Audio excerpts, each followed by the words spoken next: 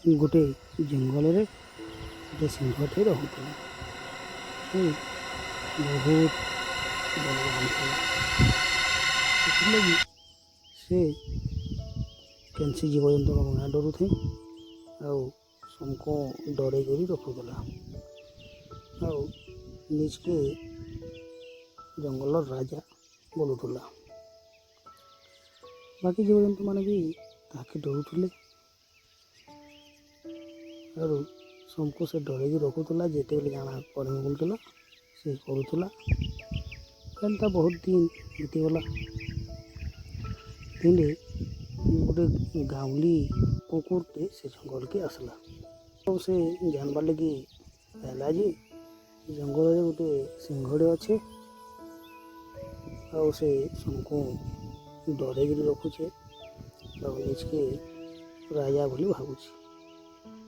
ये कथाटा ताके भल ना लगला, खराब लगला और से बाकी जीवजंतु मान को भेटिक ये सब बाबद आलोचना कला। बाकी जीवजंतु मान ये सब कहे जे इटा भल कथा नुहे ताके सिंह के कहबार पड़वा समस्त मिसिक ये तो लगे आम भलसे रही ना पार्बा जंगल में स्वाधीन कि ना रही पार्बा। बाकी जीवजंतु मैंने इतार कथा शुनिक बहुत हंसले और मजाक कले लगे। तथापि कले किसी गोटे करवा लगी से भावुते कहाँ प्लान कले इतने रास्ता नु मोटाई हेब और बाकी जीवजंतु मैंने शांति रे बोली से भावुते। एंता भावुथे बुलुथे हठात से देखला जे गोटे लोकटे जाल बिछे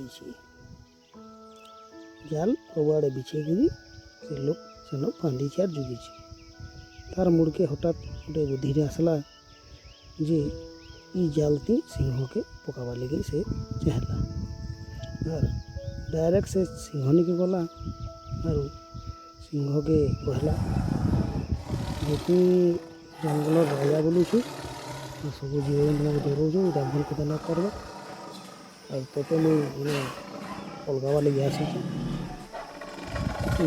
ताके बहुत कहला सेटा शुणी बहुत हंसला। गोटे छोटे जंतु हो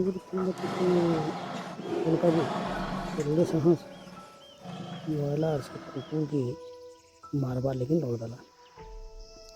कुकुर पलक दे सिंह को लेकर तार पछा पछा एंता कुदा नदा हन हन से जाल पास के पहुँच गले दहीटा और जाल पास के ठीक पहुँचे लगी कुकुर कले कले केरे हिंगला और से सिंहड़ा से जाल भीतर के पशिगला।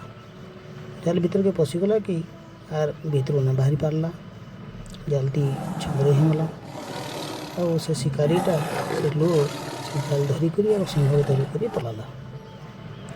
बाकी जंतु मैंने कुकुर के बहुत प्रशंसा कले तो लगी आज के आम स्वाधीन रहमु मतलब बोले शांति रहमु बोले और कुकुर के तुई जंगल राजा हिंजा बोले। कुकुर मना कला नहीं मुई राजा नहीं पारे एड़की छोटे जंतु के राजा के रही और ये जंगल में सबुदिन रही पारे मुई गाँ के पलामी बहला और से गाँ के पलाला।